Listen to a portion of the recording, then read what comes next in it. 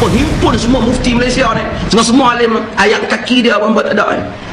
Saya tengok Syekh Muhammad Saleh Ibn Utsaimin, orang tanya macam soalan, dia jawab macam komputer.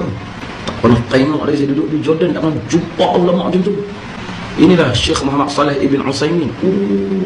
Aku baca fatwa-fatwa dia, ni aku tengok orang dia. Subhanallah, hebat. Main geng-geng kat Malaysia ni pergi kata sesat. Hampa himpun semua mufti Malaysia ni, dengan semua alim, ayat kaki dia abang buat tak ada. Sekat buku lali dia abang buat tak sampai.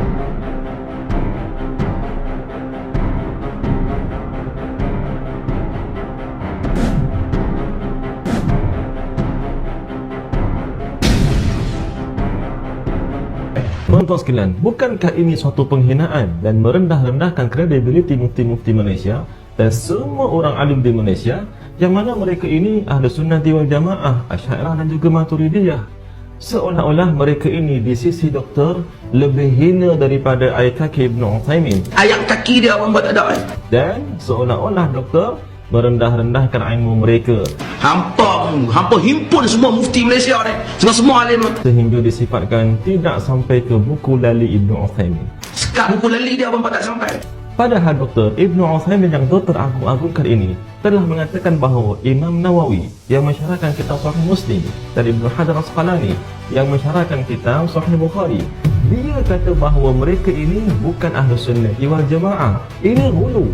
Doktor boleh lihat sendiri pada kitab Ibn Utsaimin yang dinamakan sebagai Liqa' Babil Maftuh, halaman yang ke-42 dan juga 43. Ibn Utsaimin inilah juga yang doktor agung-agungkan telah berkata bahawa kursi ialah tempat kedua-dua kaki Allah Azza wa Jalla, wal'iyadzubillahi ta'ala. Doktor boleh lihat sendiri pada kitab dia yang dinamakan sebagai Tafsir Ayatul Kursi, halaman yang ketiga. Dan ia adalah kekufuran yang sharih, wal'iyadzubillah. Dan Ibn Utsaimin yang doktor sanjung-sanjungkan ini pernah mengingkari keharusan atau kebolehan kita menyambut sambutan Maulid Rasul. Dalam masa yang sama, dia membolehkan, mengharuskan sambutan Minggu Muhammad bin Abdul Wahab sebagaimana dalam kitabnya yang bernama Fatwa Al-Aqidah, halaman yang ke-354, 355 dan juga halaman yang ke-624.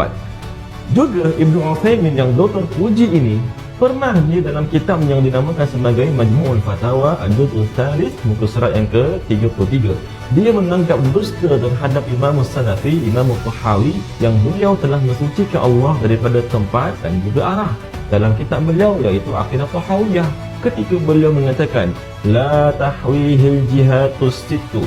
Lalu Ibn Utsaimin mengatakan ini adalah suatu yang batil, wal'iyadzubillah.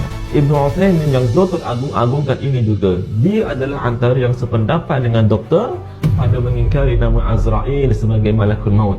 Boleh lihat kitabnya yang dinamakan sendiri sebagai Majmu'ul Fatawa, cetakan Darul Thuraya lin-Nashr, muka surat yang ke-161. So, tidak bolehlah doktor jika Ibn Utsaimin ini sendiri dia mengiktiraf bahawa dia itu Wahabi. Lihat kitabnya yang dinamakan sebagai Fatwa Al-Aqidah, halaman yang ke-43. Perleh ni tak ada. Buku Wahabi pun tak ada dalam sukatan kita. Syekh Muhammad Saleh Ibn Utsaimin, kena baca banyak tulisan dia, buku-buku dia, baca terjemah Malaysia pun masuk banyak. Saya sempat tengok, masya-Allah. Sebab dia saya terjemahkan untuk dia untuk perwakilan Nusantara. Sebab dia saya terjemahkan untuk dia untuk perwakilan Nusantara. Perleh ni tak ada. Buku Wahabi pun tak ada dalam sukatan kita.